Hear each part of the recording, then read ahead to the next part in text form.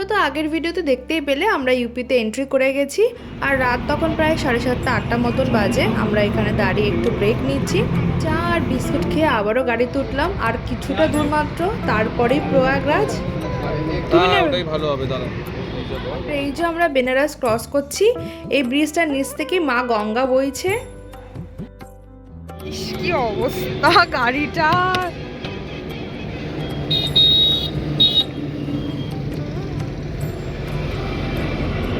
খাবার খোঁজা চলছে, খাবার।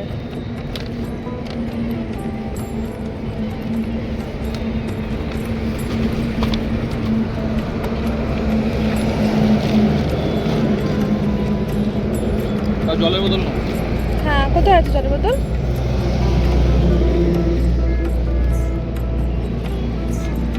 আমি ধরবো দা প্লাস্টিক।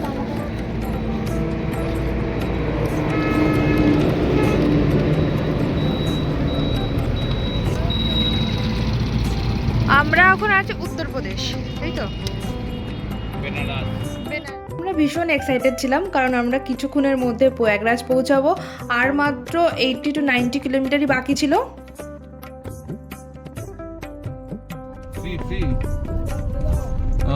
এই টোলটাকেই মনে ফ্রিতে দিচ্ছে এই প্রয়াগরাজের জন্য, বুঝলি? ফাইনালি আমরা প্রয়াগরাজে পৌঁছালাম।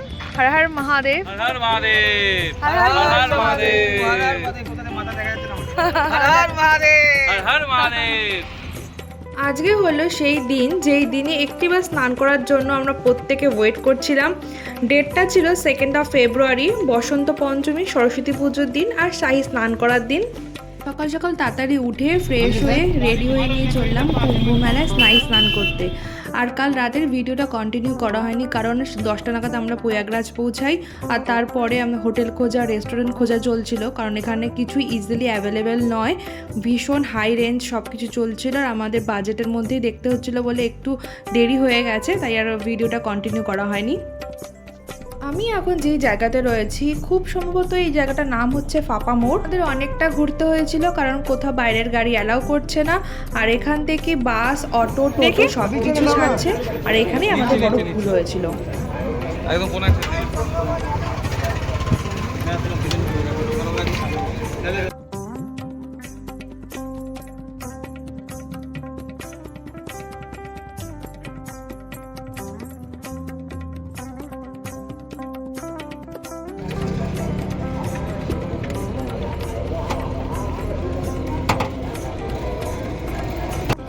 চালিয়ে দে।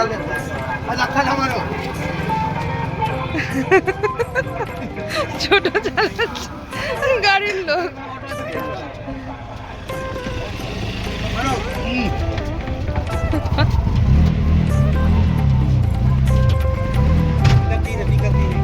अभी तो आपको 400 ही लेना पड़ेगा, है ना?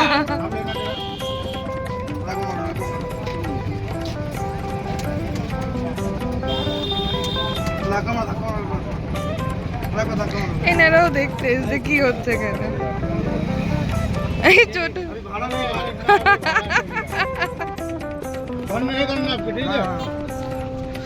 সাইড।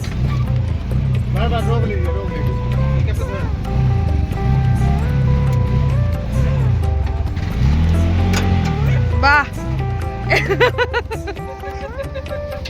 আমি এই জিনিস লাইফের এক্সপেরিয়েন্স। यार দুটো পূর্ণ করলি এই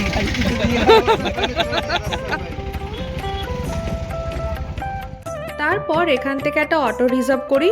আর সেই অটোতে প্রায় 1 ঘন্টা ঘোরার পরও আমরা সঙ্গমস্থলে পৌঁছাতে পারিনি, কারণ সব রাস্তাই বন্ধ করে দিয়েছে, টোটো অটো কিছু অ্যালাউ করছে না। তাই আমরা আবারও ফাপা মোড়ে চলে আসলাম। আর এখান থেকে সরকারি বাস ছাড়ছে, আর যেটা একমাত্র যাওয়ার বাহন।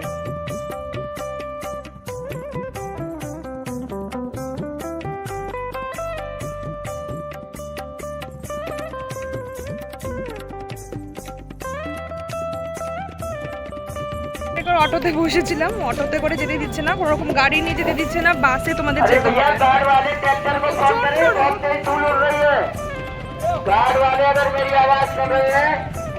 তাই যারা আসতে চাইছো তারা ফাপা মোড় থেকে একবারই সরকারি বাসে উঠে যাবে, এটাই সব থেকে সুবিধা হবে। আর কোনো সার্ভিস চার্জ রাখছে না। বাস যেখানে থামালো সেখান থেকে কিছুটা দূর হাঁটার পর আমরা টোটো পেয়ে গিয়েছিলাম। তোমরা চাইলে হেঁটেও যেতে পারো। 5 কিলোমিটার দেখাচ্ছে সঙ্গমস্থল, তো ওখানে ঠিক করার চেষ্টা করছে টোটো, যদি যায় সঙ্গমস্থল পর্যন্ত যাবে না, 2 কিলোমিটার পর্যন্ত টোটো বোধহয় যাবে, বাকিটা হেঁটে যেতে হবে। জানি না কি হবে, তবে দেখা যাক। বসো বসো বসো বসো।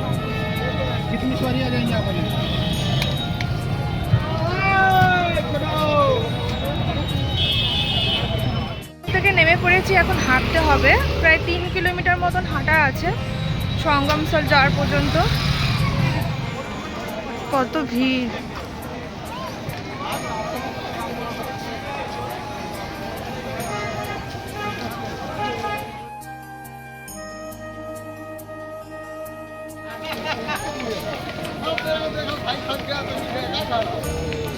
এই যে এন্ট্রি, এটা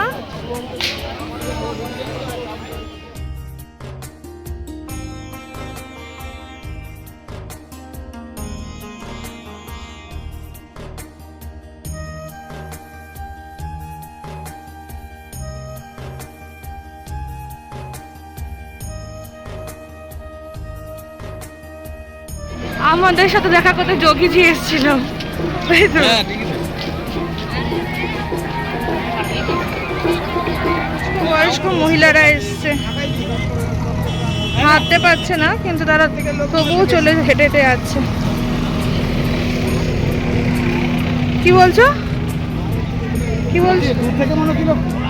আর এই যে আমরা সঙ্গমস্থলে চলে এসেছি, আর এটা দেখবার পর মনের মধ্যে যে এতটা শান্তি লাগছিল না, যাক আমরা পেরেছি এতটা রাস্তা অতিক্রম করে, এতটা কষ্ট করে আসতে পেরেছি, আমাদের আশাটাও সার্থক হলো। এখান থেকে নৌকা ধরতে হবে। এরপর আমরা ঠিক করি আমরা নৌকো ধরে গঙ্গা, যমুনা, সরস্বতী যেখানে মিলিত হয়েছে অর্থাৎ সঙ্গমে গিয়ে স্নান করব। তো এখান থেকে বোট ছাড়ছিল না, আমাদের অনেকটা হেঁটে, প্রায় আমার আন্দাজে হয়তো কুলোচ্ছে না কতটা হাঁটা, 15 কিলোমিটারের বেশি, কম নয় বেশি হবে। তো অনেকটা হেঁটে আমাদের সরস্বতী ঘাট বলে একটা ঘাট, অতটা দূর যেতে হয়েছিল। তো এখানে আমার হাঁটতে হাঁটতে অবস্থা খারাপ হয়ে গেছে রীতিমতন। গৌরব আমাকে যেন তেন করে হাত ধরে টানতে টানতে নিয়ে যাচ্ছিলো যে না চলো আমাদের যেতে হবেই। কোনো আইডিয়া ছিল না কতটা রাস্তা বাকি আছে, এখনও কতটা হাঁটতে হবে, শুধুমাত্র ভগবানের নাম নিচ্ছে আর হেঁটে যাচ্ছিলাম।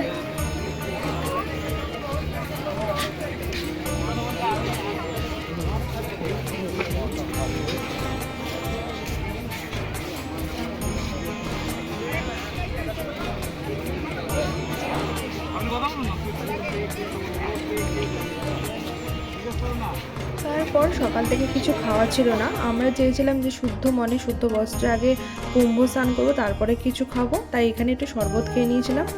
ওই হাঁটতে হাঁটতে কতটা দূর চলে গেছে আমি হাঁটতে পারছি না, বাপরে বাপ। এই যে আমরা সরস্বতী ঘাটে চলে এসেছি, কিন্তু এখানেই শেষ নয়, এখান থেকে আরও 20 মিনিটের হাঁটা পথে নৌকায় উঠতে হবে। আর এদিকে গৌরব নৌকাতে উঠে বসে আছে, আর বিকেল 5টা পর্যন্তই নৌকো চলে, হয়তো আর একটু সময় থাকলে এখানে বেশিক্ষণ থাকতে পারতাম।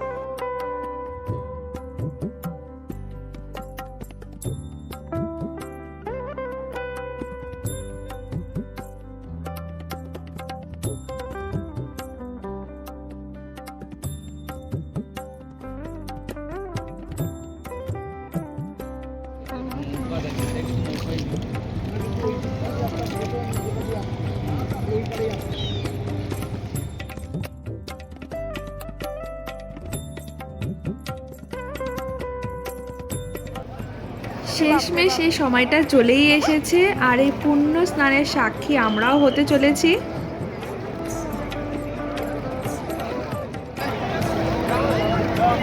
জলটা ঠান্ডা রে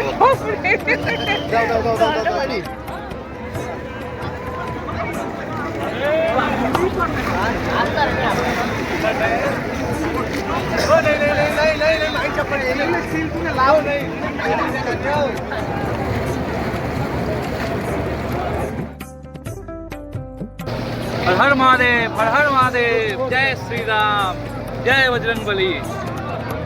সারাদিন যা কষ্ট হয়েছিল তাই একটা স্থানেই মিটে গেছে। কথায় আছে না, কষ্ট না করলে কেষ্ট মেলে না। কষ্ট হবে রে, বিশাল মানে আমি নেবো, দাঁড়া দিচ্ছি আমি। কষ্ট হবে ড্রাম টেনতে টানতে।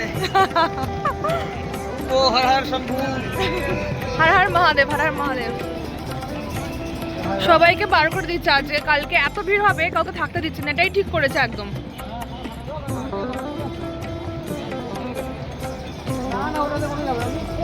খুশি হবি আজকে সব থেকে এনার্জেটিক মানুষ।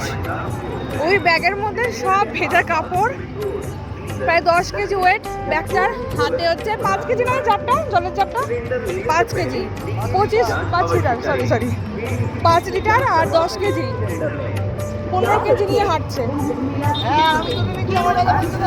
তুই 10 কেজি, ওর ব্যাগ 10 কেজি, হাতে 5 কেজি, আর সবাই ফাস্টে যাচ্ছে ও।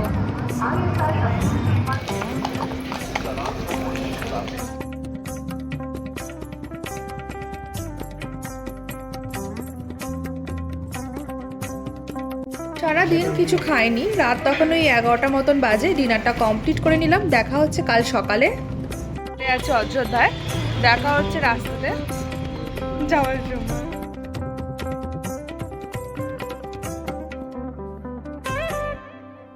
আবার তো কথা ছিল অযোধ্যায়, আর গেলামও, কিন্তু গাড়ি 70 কিলোমিটার আগে থেকে আটকে দিয়েছে, রাস্তা বন্ধ। তো আমরা ঠিক করলাম বেনারস চলে যাব। তো ওখান থেকে গাড়ি ঘুরিয়ে চললাম বেনারসে। বেনারসে এসেও আমাদের একই সিচুয়েশনের সম্মুখীন হতে হয়। এখানেও এত বেশি ক্রাউড ছিল যে রাস্তা বন্ধ করে দিয়েছে। এটা হচ্ছে বেনারসের কারেন্ট সিচুয়েশন। সব গাড়ি গাড়ি গাড়ি এখানে হয়ে রয়েছে, সব গাড়ি চারদিকে পার্কিং সব দাঁড়িয়ে রয়েছে।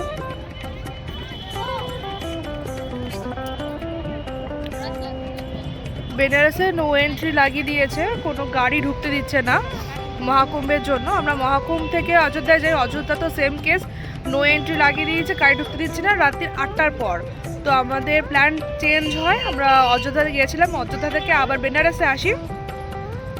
আর বেনারসে এসেও সেম সিচুয়েশন এখনও, যে গাড়ি এখানে আটকে দিচ্ছে। আমরা ওয়েট করছি এখানে পার্কিংয়ে, দেখা যাক কি হয়।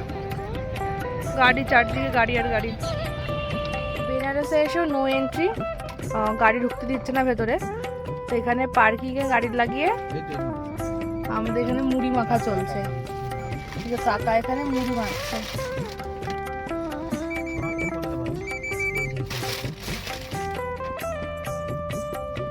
বেহাল বেনারস,